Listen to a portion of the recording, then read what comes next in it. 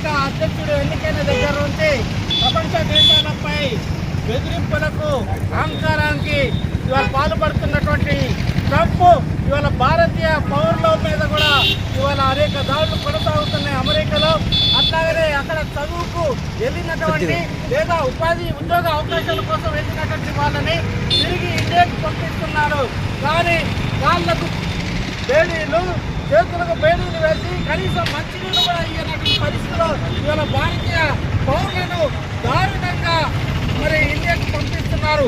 కనీసం మోడీ ఇవాళ ప్రపంచ దేశాలు చుట్టూ వేస్తున్నా ఇవాళ ఎంతో స్నేహం ఉందని తప్పుతో అనుకున్నా ఇవాళ మోడీ కనీసం స్పందించినటువంటి పరిస్థితి ఉంది.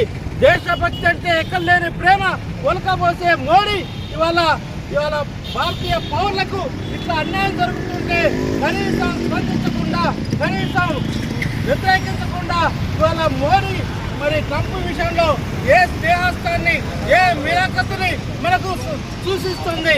అందుకనే ఇవాళ ఈ దేశాన్ని మోడీ పరిపాలిస్తున్నారు.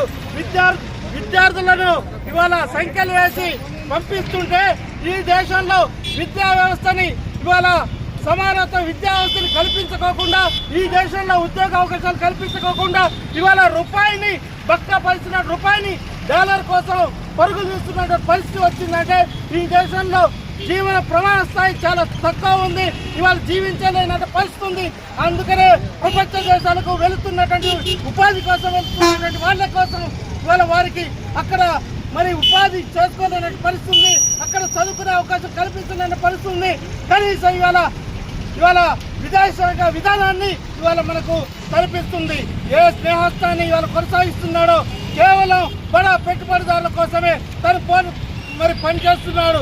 ఈ దేశ పౌరుల కోసం, ఈ దేశంలో వెనకబడిన వాళ్ళ కోసం, ఈ దేశంలో పేదవారి కోసం కనీసం ఆలోచన చేయట్లేదు. సంక్షేమ పథకాల మీద, ఉచిత పథకాల మీద ఉన్నటువంటి శ్రద్ధ ఈ దేశంలో 100 కోట్ల రేషన్ కార్డుల మీద ఆధారపడినటువంటి ప్రజలు అనగారినటువంటి వెనకబడినటువంటి తరగతులు వాళ్ళు జీవించలేకపోతున్నారు.